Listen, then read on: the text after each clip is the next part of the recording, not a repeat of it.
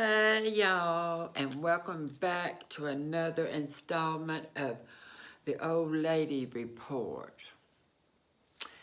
Well, you can notice that I'm gussied up tonight. I let my hair down, rolled it, done lots of makeup, because I was telling some ghost stories on my channel. And so I wanted to look nice while I was telling the stories. Yeah. I had fun telling those stories, but I forgot one story that I didn't tell anybody. My aunt, my mother's oldest sister, my Aunt Corey. And what is this doing, this flashing? Maybe it's not wanting me to tell the story. I don't know. Is it just the flash again?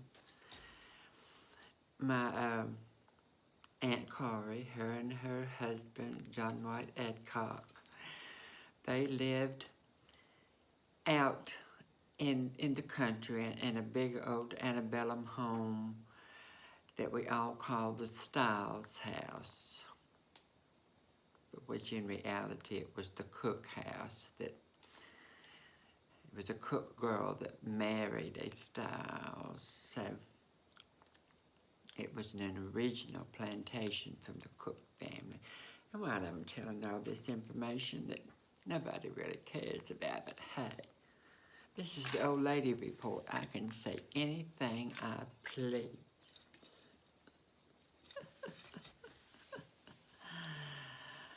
Well, I don't know what I was even talking about. I don't know. I'm going to vape a little bit and think about it. I may have to edit this shit. Who knows?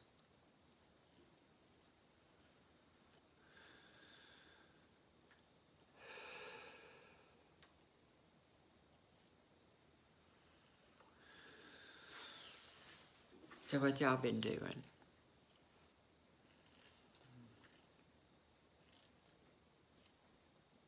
I didn't tell my story, did I?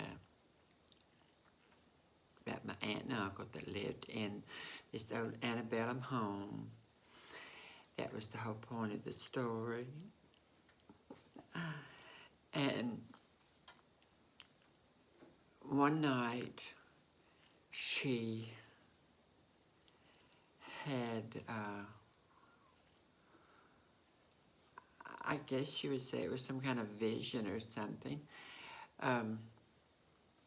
She was ironing. You know, people used to do that by hand.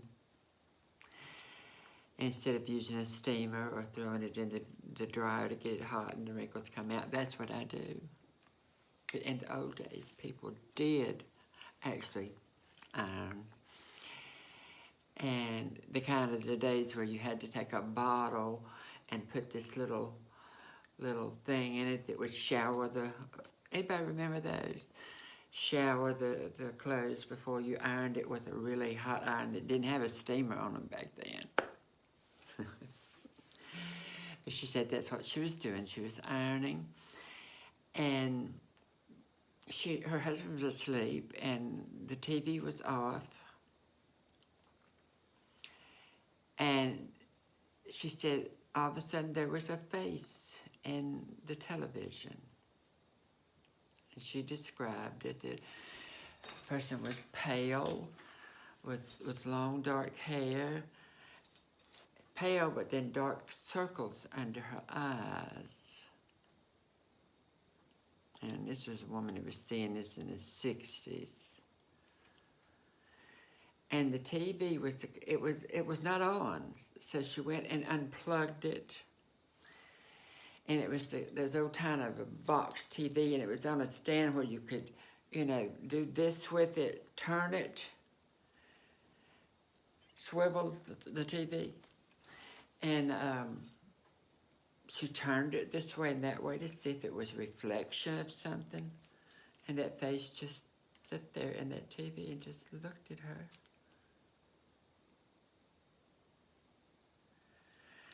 But you know, the next day, her daughter had a miscarriage. So we always thought that was some kind of premonition.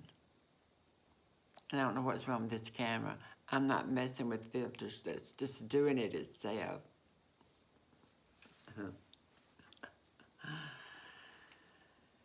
And so I don't know if that was a premonition thing from the other side or something. I don't know for that to do that the night before her daughter miscarries. I don't know. And then another story that she told.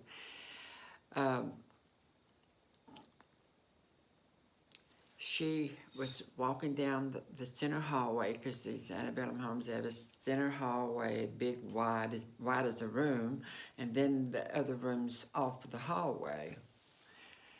And she had been doing some work in this back bedroom, and it come through the hallway and was coming past the door where was the front parlor. And she heard a commotion and loud arguing coming from that room. And then she heard a gun go off. And of course, by then she's freaking out. And she wakes up her husband, and they go in there with the gun. There wasn't nobody there. Hadn't been nobody there.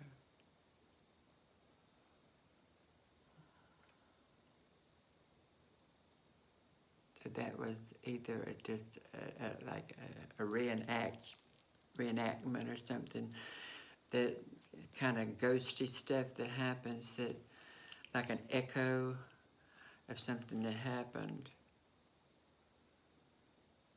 It was the only time it ever happened, but she said it was the gunshot was loud enough to wake up my uncle. So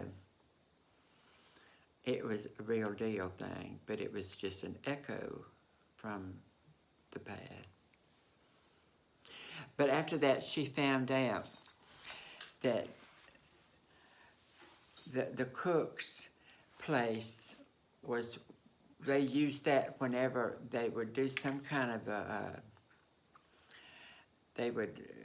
some kind of gambling on cotton there.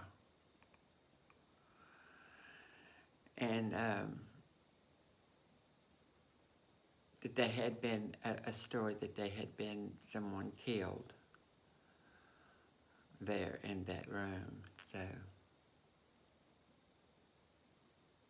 it was something going on.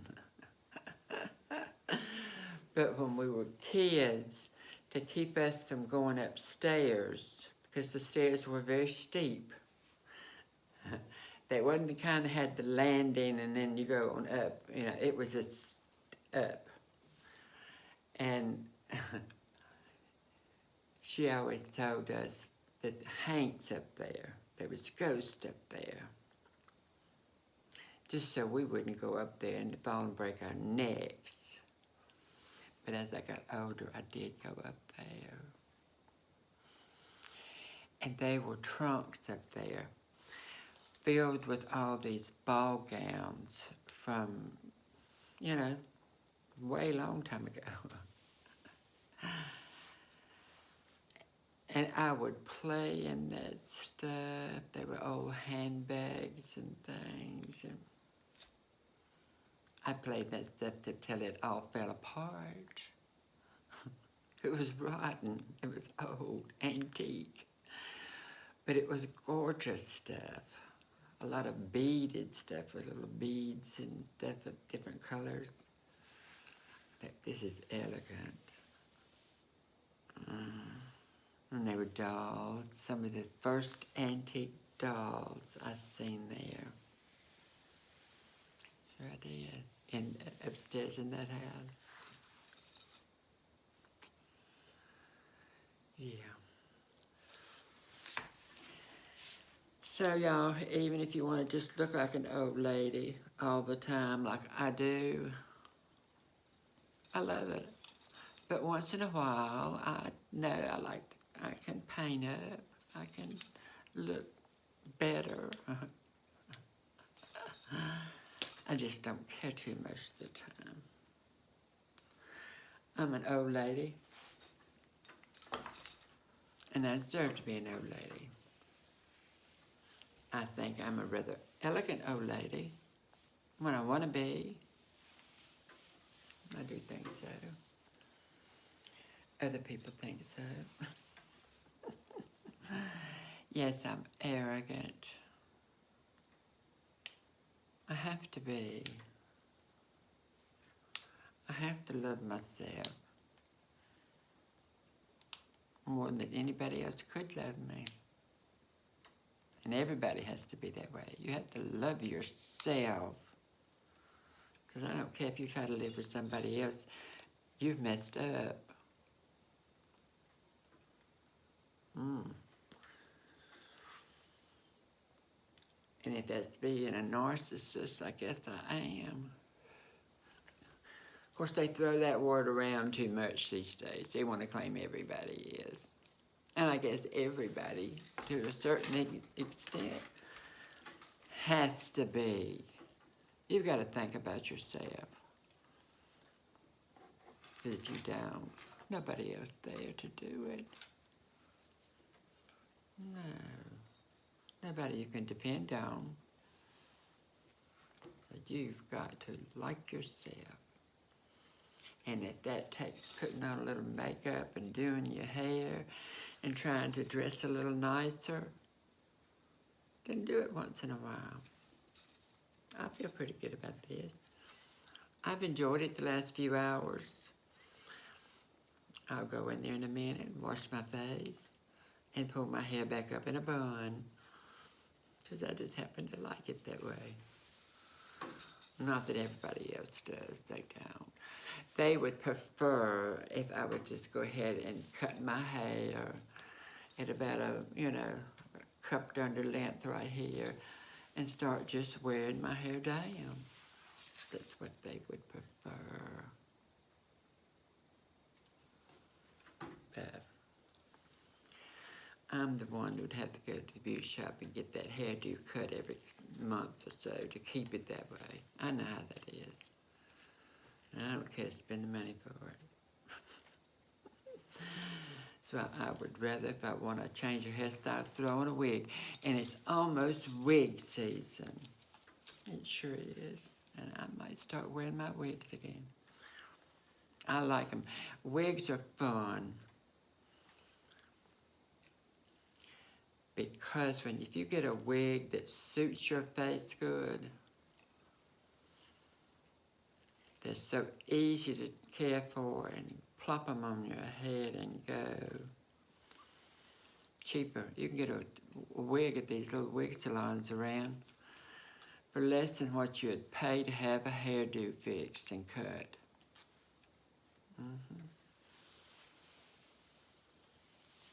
And then you don't have to worry about upkeep of it. And then if you got color, then you've got to worry about that color upkeep. With a wig, you just pull that baby out, and if you want to change colors, you can change from red to blonde to brown, whatever you want to be. Because you don't have to be that way forever. You can pull it off if you don't like it. But I do love wigs. Women have worn wigs for thousands of years. And not always for someone that just, needed it because they had a problem, alopecia or something. People have done it for fashion. In Mesopotamia and in Egypt, they always wore wigs. Yeah. And they've always been in fashion. But y'all know I'm Asperger's, so sometimes it skips a gear.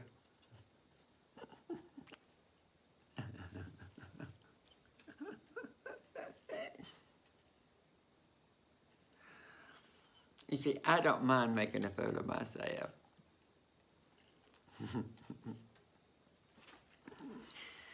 Because I know if I want to, I can be a goddess when I want to. But usually I don't give a shit. I always knew how to make love to a camera.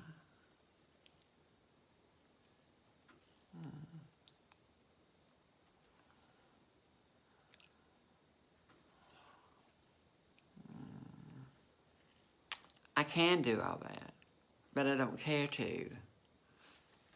I would rather just sit here with no makeup, my hair pulled up or back. I feel comfortable that way. Yeah. Even though through the years I've worn my hair extremely short. And I looked real cute in it short. But that's one of those hairstyles that I had to go to the beauty shop once a month to keep it trimmed up. It was down here and my ears were cut out and then it was shaggy in the back and then this was kind of spiky shit. But I had to keep it colored and I had to keep the haircut and I even had bright red. As soon as I filed for divorce,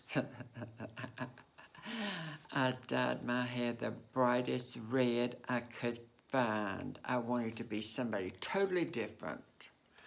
So it was cut short, it was spiky with this bright red hair. I liked it for about a week. And then I said, it's got to go. It just doesn't suit my personality. No. I am more subdued. Oh no. And I started letting it grow out and that's that. But I am still working on my Halloween video. I've told the ghost stories, but I have something else planned. I've been working on it. Hope to do it this week, though. All right, y'all. Bye-bye.